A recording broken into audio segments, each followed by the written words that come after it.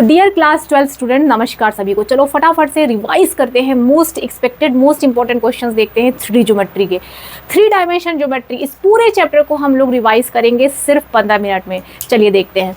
सबसे पहला टॉपिक है, अगर हमें 3D प्लेन में यानी एक्स वाई और जेड एक्सेस में अगर किसी लाइन का इक्वेशन निकालना हो, वो लाइन अगर किसी एक पॉइंट से पास हो रही है और किसी और वेक्टर के किसी और लाइन के पैरेलल है, जो किसी पॉइंट से पास हो रही है और किसी और वेक्टर के या किसी और लाइन के पैरेलल है। सबसे पहले वो जिस पॉइंट से पास हो रही है वो मान लो x1 y1 z1 है, ये हमारी लाइन है, इसका इक्वेशन निकालना है। ये लाइन किसी और लाइन b वेक्टर के पैरेलल है। अगर b वेक्टर के पैरेलल है तो b की वैल्यू वेक्टर फॉर्म में होगी। कैसी होगी? ai cap plus bj cap plus ck cap. मान लो ये है, तो हम कह सकते हैं कि इस लाइन का डायरेक्शन रेशो क्या है?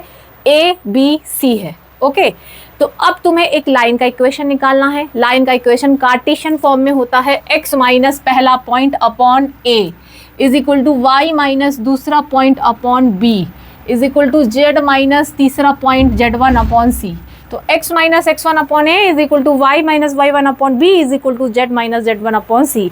ठीक है, अभी भी पढ़ोगे तो वो पेपर तक तैयार हो जाएगा। फिर इसी इक्वेशन को अगर यही सिचुएशन में हमें वेक्टर फॉर्म में लाइन का इक्वेशन निकालना हो तो कैसे निकालेंगे? तो वेक्टर फॉर्म में लाइन का इक्वेशन होता है, अगर जो पॉइंट है ना, पॉइंट का पोजीशन वेक्टर ले लेंगे। मतलब किसी भी पॉइंट को तुमको वेक्टर में बदलते आना चाहिए। कैसे इसको वेक्टर में बदलेंगे? i1 के पास i लगा दो, प्लस 2 के पास j लगा दो, प्लस 3 के पास k कैप लगा दो, बन गया वेक्टर। मतलब उस पॉइंट में i j k लगा के ऐड कर दो तो वेक्टर बन जाता है। तो हम इस पॉइंट को वेक्टर में बदल देंगे, जो पॉइंट से पास हो रही है लाइन उसको वेक्टर में बदल देंगे। तो क्या मिलेगा? a वेक्टर मिल जाएगा। क्या मिलेगा? a वेक्टर मिल जाएगा। उसके बाद जो पैरेलल वेक्टर है वो क्या है? वो b वेक्टर है।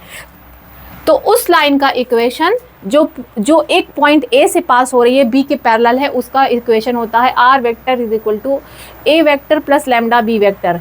ए पॉइंट से हमने a वेक्टर बना लिया और b क्या है? जो पैरेलल है ना, ये हमारी लाइन का इक्वेशन है। इसके जो पैरेलल है वो b वेक्टर है और लाइन किससे पास हो रही है? a से पास हो रही है, तो a का वेक्टर फॉर्म है a वेक्टर। क्लियर है? तो इस सिचुएशन में Cartesian form and vector form. अब क्वेश्चन देखते हैं। पहला एग्जांपल, अगर हमें ये बोल दें कि find the equation of line, straight line का इक्वेशन निकालो जो कि 1 2 3 से पास हो रही है और पैरेलल है इसके, तो सबसे पहले हम लोग कार्टेशियन वाला फॉर्मूला लगाएंगे। Equation of line Cartesian form में हो जाएगा x माइनस बताओ पॉइंट क्या है? 1 2 3। तो तुम्हारा x1 कौन है? 1 अपॉन वाली बात बाद में करेंगे। y माइनस दूसरा पॉइंट y1 क्या है?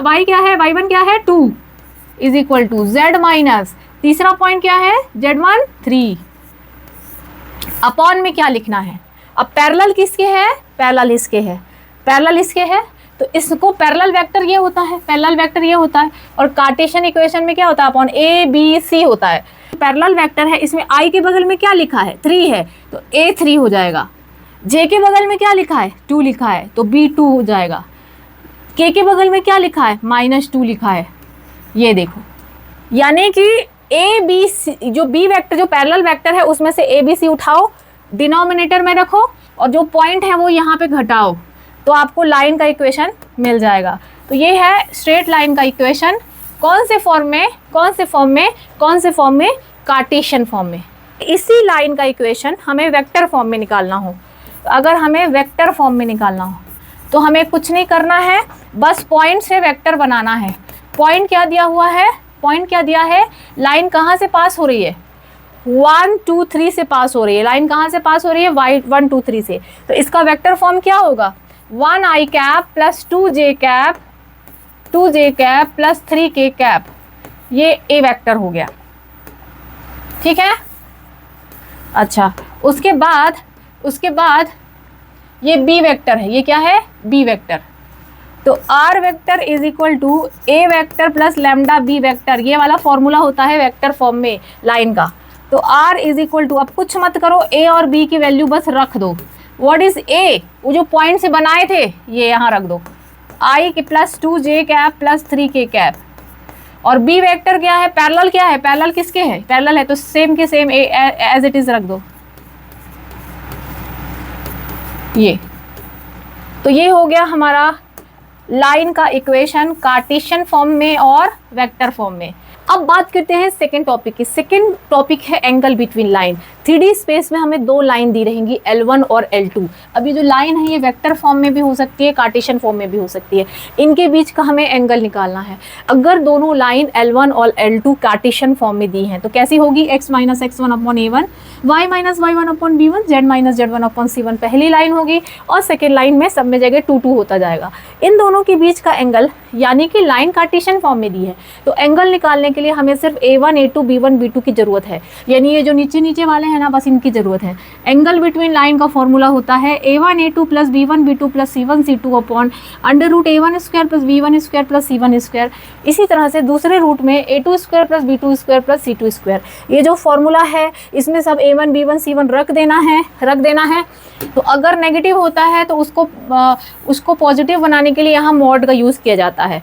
तो बस इसको निकाल लेना है। सपोज ये पूरा 1/2 आया है, सपोज 1/2 आया है तो cos theta is equal to 1/2। तो थीटा कितना हो जाएगा, 1/2 कौन सा डिग्री पे होता है, 60 पे होता है, यानी कि 60 डिग्री लिख देना या फिर π/3 लिख देना।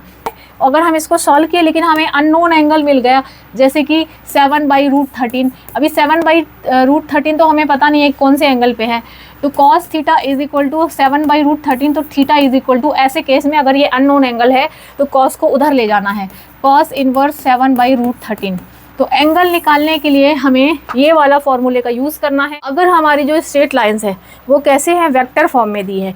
वेक्टर फॉर्म मतलब पहली line r vector is equal to a1 plus lambda b1 and दूसरी line r vector is equal to a2 plus mu b2, जहाँ लैम्डा और म्यू कांस्टेंट हैं।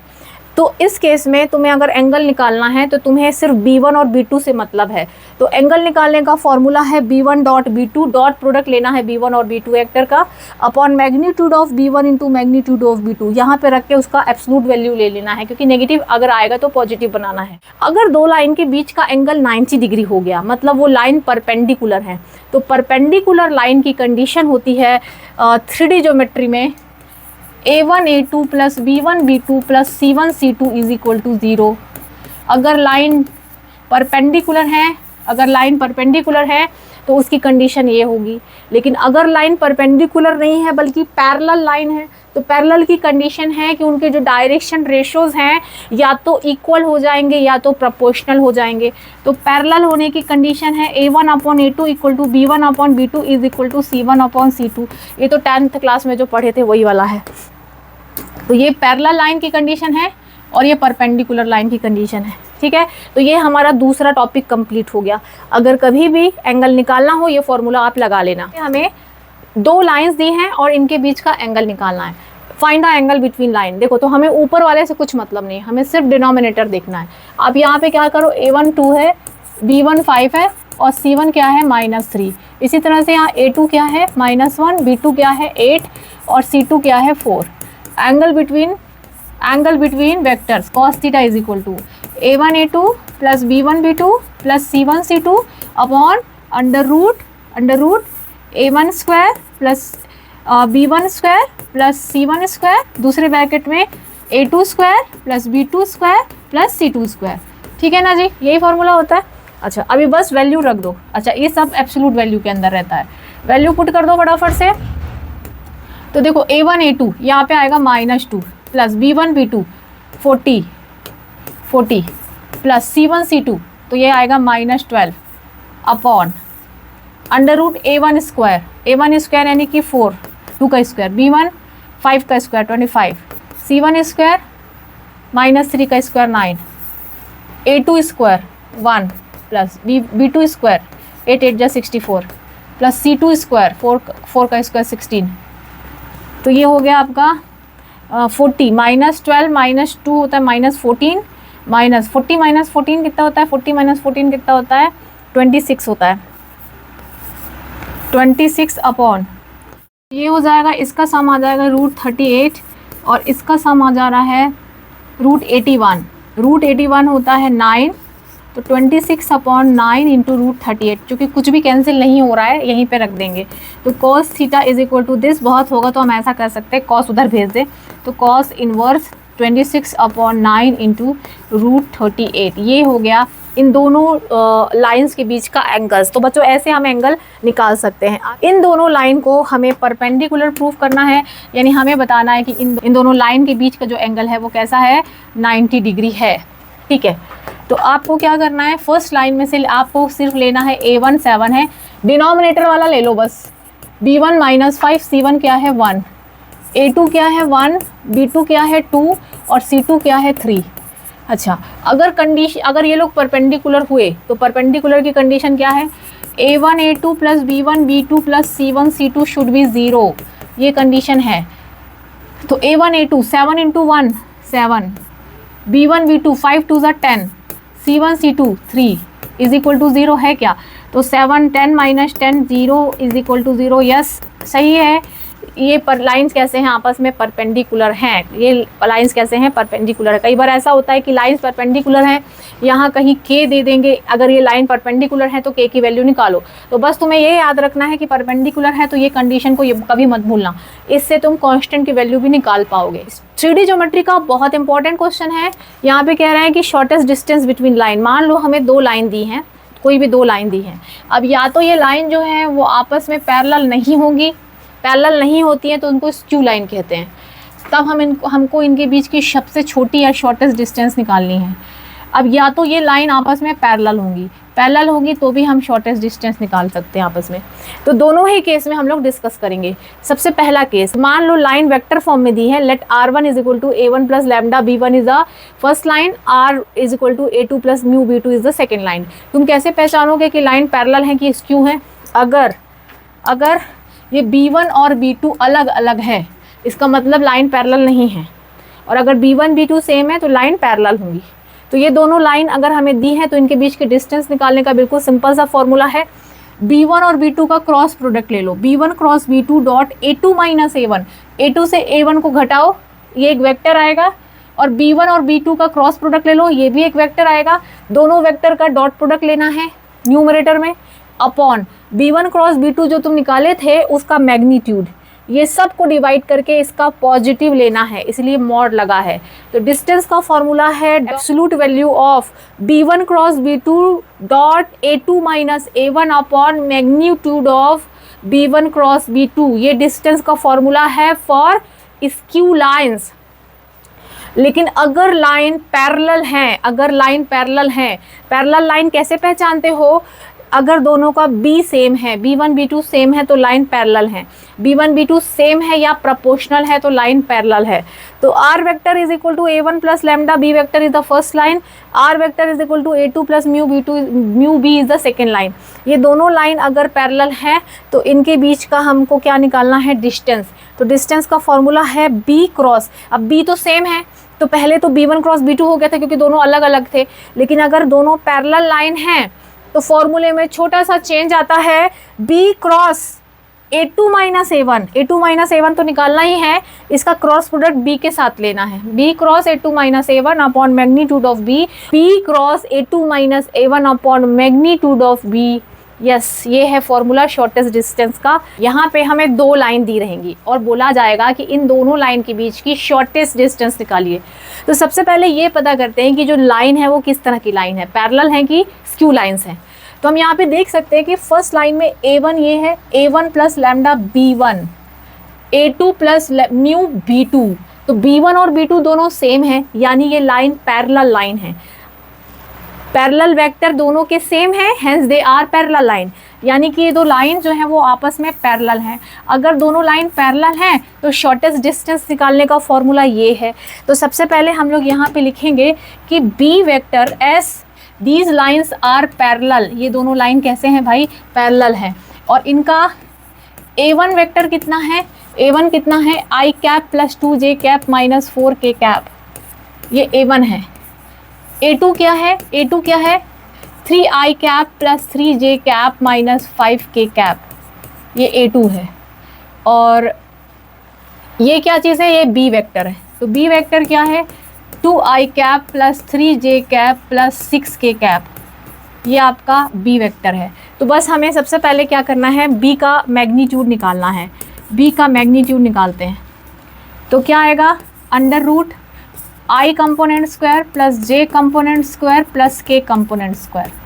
तो ये आएगा अंडर रूट 2 का स्क्वायर 4, 3 का स्क्वायर 9, 6 का स्क्वायर 36, 49 आएगा रूट का 49 होता है 7। अब क्या करो, a2 माइनस a1 कर लो, दोनों वेक्टर को सब्ट्रैक्ट करना है। a2 vector minus a1 vector, तो इसको घटाओ, 3i माइनस 1i तो 2i cap plus 3j cap minus 2j cap is 1j cap minus 5k cap minus 4, तो माइनस माइनस प्लस हो जाएगा तो माइनस k कैप हो जाएगा a2। तो अब क्या करना है, b का यानी इस b वेक्टर का क्रॉस प्रोडक्ट लेना है a2 माइनस a1 से। तो पहले b देखो, b कहाँ है, ये यहाँ लिखो i cap j cap k cap. b में i कंपोनेंट कौन है 2, j कंपोनेंट कौन है 3, k कंपोनेंट कौन है 6। a2 माइनस a1 में 2 1 minus 1 4k cap, this is b cross a2 minus a1। अब मुझे सारी चीज़ें फॉर्मूले में रख देनी है। b cross a2 minus a1 ये आया है, तो यहाँ पे लिखेंगे minus 9i cap plus 14j cap minus 4k cap upon magnitude of b। b का मैग्नीट्यूड 7 आया है ना। अब ये जो मैग्नीट्यूड है, अब मैग्नीट्यूड लगाएंगे, फिर से मैग्नीट्यूड है इस वेक्टर पे, इस वेक्टर का फिर से मैग्नीट्यूड लेना है। तो अंडर रूट माइनस 9 का स्क्वायर प्लस 14 का स्क्वायर प्लस माइनस 4 का स्क्वायर अपॉन 7, तो स्केलर है तो मैग्नीट्यूड बाहर सेम आ जाएगा। तो ये आएगा 81 प्लस 14 का स्क्वायर 196 प्लस 16 अपॉन 7। इन सबको ऐड कर दो, root over 293 upon 7, 293 upon 7, this is a final answer. ठीक है, तो ये है 3D ज्योमेट्री। 3 डायमेंशन ज्योमेट्री में अगर हमें डिस्टेंस निकालनी है कोई भी दो पैरेलल लाइन की, तो हम ऐसे निकालते हैं। अच्छा, अगर लाइन पैरेलल नहीं होती तो भी फॉर्मूला तो सेम नहीं रहता, लेकिन मेथड सेम रहती। आपको फॉर्मूला में यहाँ पे थोड़ा सा चेंज हो जाता, b1 cross b2 dot a2 minus a1 upon magnitude of b1 cross b2। और अब बात करते हैं 3D ज्योमेट्री के सबसे इंपॉर्टेंट क्वेश्चन की। इसमें हमें एक ऐसी लाइन का इक्वेशन निकालना है जो दिए हुए पॉइंट से पास होती है और इन दोनों लाइन के परपेंडिकुलर है।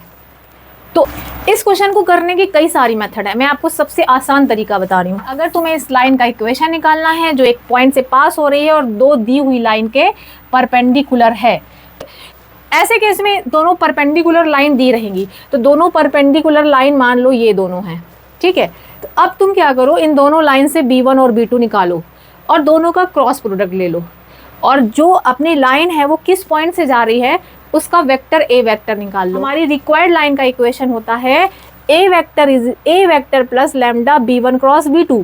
इन दोनों परपेंडिकुलर लाइन से b1 b2 उठाओ, b1 b2 का क्रॉस प्रोडक्ट लो और क्रॉस प्रोडक्ट को यहाँ रख दो।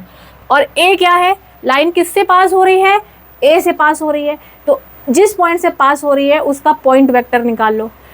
लाइन जिस पॉइंट से पास हो रही है उसका पॉइंट वेक्टर निकाल लो, उसको यहाँ रखो और b1 और b2 का क्रॉस प्रोडक्ट यहाँ रखो, तो ये आ जाएगा तुम्हारा equation of line. Equation of line, इस क्वेश्चन में हमें ये लाइन निकालना है जो इन दोनों के पैरेलल है। तो यहाँ पे लाइन हमें कार्टेशियन फॉर्म में दी है, तो सबसे पहले हम इसको वेक्टर फॉर्म में बदलेंगे। वेक्टर फॉर्म में कैसे बदलते हैं, सबसे पहले a वेक्टर प्लस लैम्डा, फिर दूसरा ब्रैकेट बनाओ। अच्छा, पहले वेक्टर में x में से क्या घट रहा है 8, तो 8i कैप, यहाँ पे तो जुड़ रहा है तो माइनस 19j कैप और प्लस 10k कैप, ये a वेक्टर हो गया, प्लस लैम्डा। b क्या होता है, डिनोमिनेटर वाला, तो 3i cap minus 16j cap plus 7k cap. और दूसरी लाइन से निकालो 15i cap minus 29j cap plus plus होगा plus 5k cap plus mu, और b2 कहाँ से आएगा 3i cap plus 8j cap minus 5k cap. तो ये लाइन को हमने वेक्टर फॉर्म में बदल दिया है। अब तुम यहाँ से b1 b2 निकालो। What is your b1 vector, ये b1 होता है, ये b1 ये b2, तो 3i cap minus 16j cap plus 7k cap, और b2 हो जाएगा 3i cap plus 8j cap minus 5k cap. ठीक है, अब हमारी रिक्वायर्ड लाइन, अच्छा जो पॉइंट क्या दिया था, पॉइंट दिया था 1 2 4 -4, हमारी लाइन जो है इस पॉइंट से जा रही है, तो इस पॉइंट को वेक्टर में बदलो। इस पॉइंट में पॉइंट वेक्टर क्या होगा, 1i cap plus 2j cap minus 4k cap. हम यहाँ पे लिख देंगे कि as line is passing through this point, so point vector is A vector is equal to this. Equation of line क्या होगा, मैंने अभी फॉर्मूला क्या बताया, R vector is equal to A vector plus lambda b1 cross b2। यानी कि अभी मुझे एक चीज़ और निकालना है, तो b1 और b2 का क्रॉस प्रोडक्ट निकालते हैं। b1 cross b2, b1 cross b2, उसके लिए एक डिटर्मिनेंट बनाना पड़ेगा। फिर यहाँ लिखेंगे i cap j cap k cap, और b1 क्या है 3 - 16 7, और b2 क्या है 3 8 - 5, ये b1 b2 हो गया। अब b1 cross b2, b1 cross b2 i, ठीक है, -16 - 5 तो 80 माइनस 8 7 जा 56 माइनस j कैप माइनस 7 3 जा 21। तो b1 क्रॉस b2 कैसा वेक्टर आ रहा है, b1 क्रॉस b2 आ रहा है 80 - 56, तो ये हो जाएगा 24i कैप प्लस इनका सम आ जाएगा 36j cap plus 22k cap. ये तुम्हारा हो गया b1 क्रॉस b2। नाउ अब तुम क्या करोगे, इक्वेशन ऑफ लाइन ये होता है, इसमें वैल्यू रख देना। तो R vector is equal to A क्या होता है i plus 2j minus 4k, ये ए वेक्टर है, plus lambda b1 cross b2 जो कि तुम्हारा ये आया है 24i cap plus 36j cap plus 72k cap.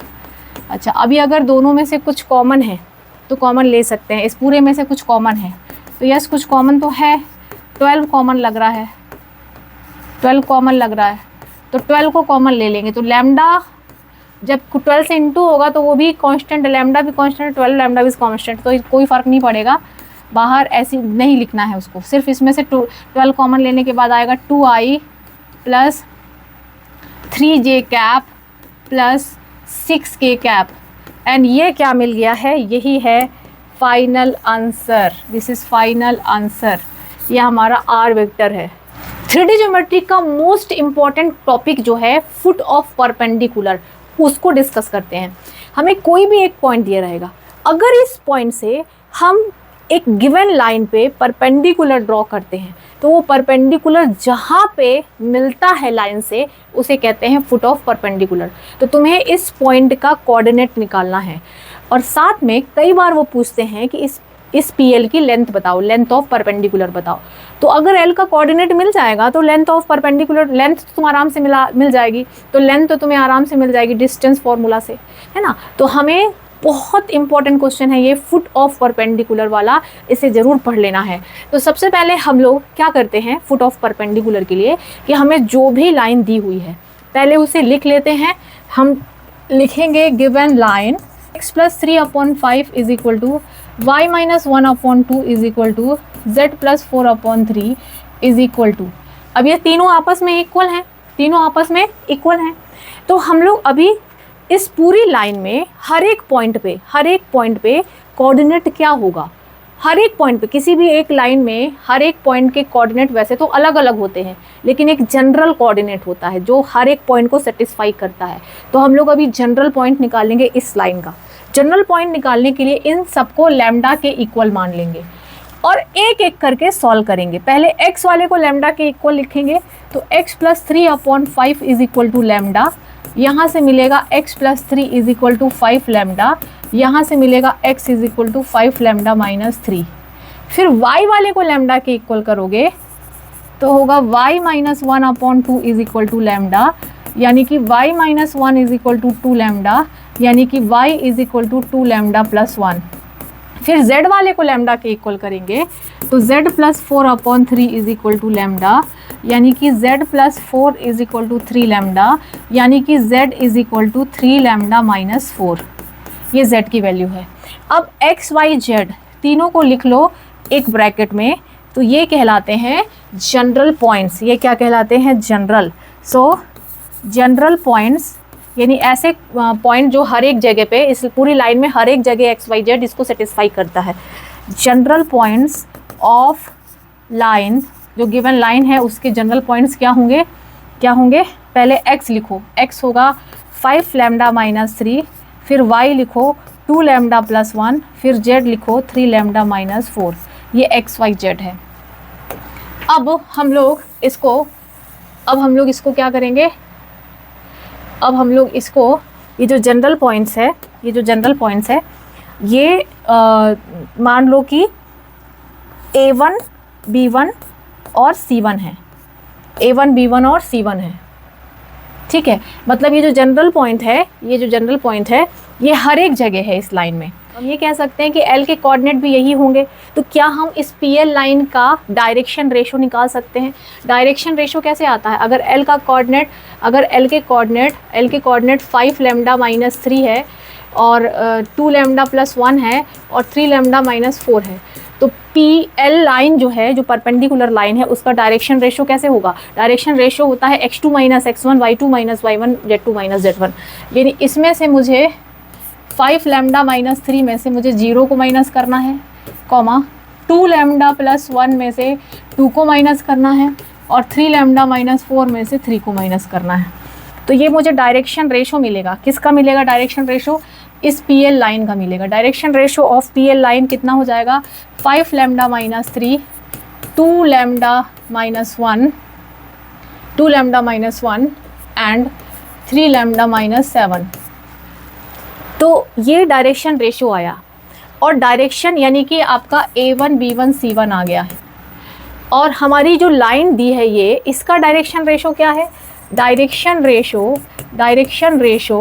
Of given line is क्या होगा? 5, 2 एंड 3। तो PL का डायरेक्शन रेशो ये है A1 B1 C1 और हमारी लाइन का डायरेक्शन रेशो ये है A2 B2 C2। तो आप क्या जानते हो, अगर लाइन जो है वो परपेंडिकुलर हैं तो क्या कंडीशन क्या है? Condition of perpendicularity, condition of perpendicular line क्या होती है? A1 A2 plus B1 B2 plus C1 C2 is equal to 0 होती है कंडीशन ऑफ परपेंडिकुलर लाइन, है ना? यही होती है ना? तो इसलिए अब हम ये कंडीशन इसमें रख देते हैं, इसमें वैल्यू रख देते हैं। A1 A2 5 into 5 lambda minus 3 plus 2 into 2 lambda minus 1 plus 3 into 3 lambda minus 7 is equal to 0। इसको सॉल्व करके लैम्डा निकालो तो यह आएगा 25 lambda minus 15 plus 4 lambda minus 2 plus 9 lambda minus 21 is equal to 0। तो 0 hence lambda is equal to 38/38 यानी कि 1। अब कुछ नहीं करना है, लैम्डा की वैल्यू को किस में रख देना है? जनरल पॉइंट में। पुटिंग वैल्यू ऑफ लैम्डा इन, ये जो जनरल पॉइंट निकाले थे ना, इसमें रख देना है। जैसे ही तुम लैम्डा की वैल्यू 1 इस जनरल पॉइंट में रखोगे, तुम्हें L के कोऑर्डिनेट यानी फुट ऑफ परपेंडिकुलर मिल जाएगा। तो फुट ऑफ परपेंडिकुलर रखो, लैम्डा 1 रख दो यहाँ पे, तो 5 माइनस 3 2, फिर यहाँ पे मिलेगा 3 और यहाँ पे मिलेगा -1। 2 3 -1 is the foot of perpendicular. तो जब फुट ऑफ परपेंडिकुलर आ गया है तो यानी ये L के कोऑर्डिनेट आ गए हैं और P के कोऑर्डिनेट तो दिए ही हुए थे, P 0 2 3 था और L के कोऑर्डिनेट 2 3 -1 है। तो अब हम PL को डिस्टेंस फॉर्मूले से इसके बीच के डिस्टेंस निकाल सकते हैं। तो द मेन थिंग इज कि तुम्हें फुट ऑफ परपेंडिकुलर निकालते आना चाहिए। इक्वेशन ज्योमेट्री का मोस्ट इंपॉर्टेंट क्वेश्चन है image of a point in the line या mirror image of a point in the given line. क्या मतलब है? ये हमें एक लाइन दी हुई है, अब इस लाइन में इस पॉइंट की क्या इमेज बन रही है वो हमें निकालना है। मान लो इस पॉइंट की इस लाइन में ये इमेज बन रही है, तो हमें इस इमेज को निकालना है, तो इसे कहते हैं image of a point in the given line या mirror image of a point in the given line. सबसे पहले हम गिवन लाइन का इक्वेशन लिखेंगे। अब हम ये निकालेंगे कि इस लाइन का जनरल पॉइंट क्या है, यानी ऐसा कौन सा पॉइंट है जो इस लाइन के हर एक पॉइंट को सेटिस्फाई करता है, तो उसको कहते हैं जनरल पॉइंट। और वो निकालने के लिए इसको लैम्डा के इक्वल मान लेते हैं। फिर फर्स्ट वाले को लैम्डा के इक्वल करेंगे तो x मिलेगा, तो x इक्वल टू 1 लैम्डा। फिर सेकेंड वाले को लैम्डा के इक्वल करेंगे तो y minus 1 is equal to 2 lambda, यानी कि y is equal to 2 lambda plus 1। फिर थर्ड वाले को लैम्डा के इक्वल करेंगे तो हमें मिलेगा z की वैल्यू मिल जाएगी 3 लैम्डा प्लस 2 मिल जाएगी। तो हमें जो x y z मिला है उसको एक ब्रैकेट में रख देंगे, वो होगा इस लाइन का general point. so the general point of the line, हमारी जो लाइन है उसका जनरल पॉइंट क्या मिला है, पहले लिखो x क्या आया था लैम्डा, y क्या आया था 2 लैम्डा प्लस 1 और z क्या आया है 3 लैम्डा प्लस 2। तो ये हमारा जनरल पॉइंट है। इस लाइन में हर एक जगह ये कोऑर्डिनेट सेटिस्फाई करते हैं, तो हम ये भी कह सकते हैं कि L पे भी यही कोऑर्डिनेट होंगे। अगर L का कोऑर्डिनेट ये है और P का कोऑर्डिनेट ये है तो हम PL लाइन का डायरेक्शन रेशो निकाल सकते हैं। Direction ratio of PL line, direction ratio of PL line equal to x2 minus x1, y2 minus y1, z2 minus z1। पहले दोनों के x को घटाओ, फिर y को घटाओ, फिर z को घटाओ, तो a1 क्या हो जाएगा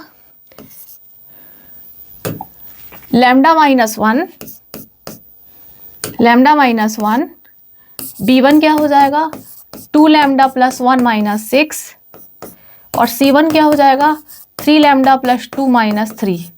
सॉल्व करेंगे तो इसमें जब 2 लैम्डा माइनस ये आएगा 2 लैम्डा माइनस 5 और ये आएगा 3 लैम्डा माइनस 1। तो a1 b1 c1 मिल गया है, यानी कि हमें इस PL लाइन के डायरेक्शन रेशो मिल गए हैं। अब ये जो PL लाइन है, इमेज ऑफ अ पॉइंट निकालने के लिए हमें उतना ही काम करना होता है जितना हमने फुट ऑफ परपेंडिकुलर में किया था, तो आधे से ज़्यादा काम वही है। तो चलिए पहले हम लोग इस पॉइंट का इमेज निकालने के लिए पहले फुट ऑफ परपेंडिकुलर यानी L के कोऑर्डिनेट निकालेंगे। PL लाइन का हमने डायरेक्शन रेशियोज निकाल लिया, ये a1 b1 c1 है। अब हमें एक गिवन लाइन जो दी है उसका डायरेक्शन रेशियो होगा 1 2 3, तो यहाँ पे हम लोग लिखेंगे direction ratio of given line, है ना।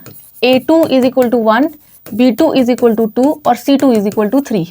अगर ये दोनों लाइन यानी कि PL इस लाइन के परपेंडिकुलर है, तो परपेंडिकुलर होने की कंडीशन क्या होती है, परपेंडिकुलर होने की कंडीशन होती है a1 a2 plus b1 b2 plus c1 c2 equal to 0। यानी कि ये जो लाइन का डायरेक्शन रेशो है और ये जो PL का डायरेक्शन रेशो है वो इस कंडीशन को सेटिस्फाई करना चाहिए। a1 a2, a1 कौन है lambda minus 1, lambda minus 1 into 1 plus b1 b2, तो 2 into 2 lambda minus 5 plus c1 c2, c1 कौन है, c1 है 3 लैम्डा माइनस 1 और c2 कौन है 3 इक्वल टू 0। सॉल्व कर लेंगे तो यहाँ से लैम्डा की वैल्यू 1 आ जाएगी। अब लैम्डा की जो भी वैल्यू आई है उसको हम लोग कहाँ पे रख देंगे, उसको हम लोग L की जगह पे रख देंगे, L के कोऑर्डिनेट यानी जनरल पॉइंट में रख देंगे। और L के कोऑर्डिनेट को ही फुट ऑफ परपेंडिकुलर कहते हैं, तो यहाँ पे हम लोग सिर्फ कोऑर्डिनेट कह देते हैं 1 रखो लैम्डा की जगह, तो 3 और 5 1 3 5। L का कोऑर्डिनेट आ गया 1 3 5। लेकिन हमें तो फुट ऑफ परपेंडिकुलर थोड़ी निकालना था, हमें तो ये निकालना था कि इस पॉइंट की इमेज क्या है, यानी कि Q के कोऑर्डिनेट निकालना था। तो फटाफट से छोटा सा और काम करना है। Q के कोऑर्डिनेट कैसे निकालेंगे, सपोज Q के कोऑर्डिनेट x1 y1 z1 है। L जो है वो PQ का मिड पॉइंट होगा, क्योंकि PL भी परपेंडिकुलर है लाइन पे और उसकी इमेज भी परपेंडिकुलर होगी। तो हम यहाँ पे लिखेंगे L is the mid point of segment PQ and let the coordinate of Q is x1 y1 and z1। तो अगर L इसका मिड पॉइंट है तो मिड पॉइंट फॉर्मूले से L के जो कोऑर्डिनेट है 1 3 5 वो किसके इक्वल होना चाहिए, वो होना चाहिए इसका मिड पॉइंट PQ का मिड पॉइंट क्या होगा x1 प्लस x2 बाई 2, यानी कि 1 plus x1 by 2 comma y coordinate 6 plus y1/2, फिर z कोऑर्डिनेट 3 प्लस z1/2। मतलब हमने क्या किया, PQ का मिड पॉइंट निकाला, x1 plus x2/2, y1 plus y2/2, z1 plus z2/2 से, है ना। तो अब हमें बस इसको इक्वेट कर दो, x वाले को x से इक्वेट कर दो। तो x1 plus 1/2 is equal to 1, यहाँ से तुमको x1 मिल जाएगा 2 माइनस 1 यानी 1 आएगा। तो 6 plus y1/2 is equal to, इसका वाला क्या है 3, y1 आ रहा है 6 माइनस 6 यानी 0, और z को z से कंपेयर करेंगे, है ना। तो 3 plus z1/2 is equal to 5। तो यहाँ से तुमको z1 मिल जाएगा 10 माइनस 3 यानी कि 7 आ जाएगा। और x1 y1 z1 ही तो q का कोऑर्डिनेट था। तो फाइनल आंसर है q के कोऑर्डिनेट ही p की इमेज है। तो q के कोऑर्डिनेट क्या मिले हैं, लिख लो, x1 1, y1 0 और z1 7। तो ये है फाइनल आंसर। तो edge of the point is this.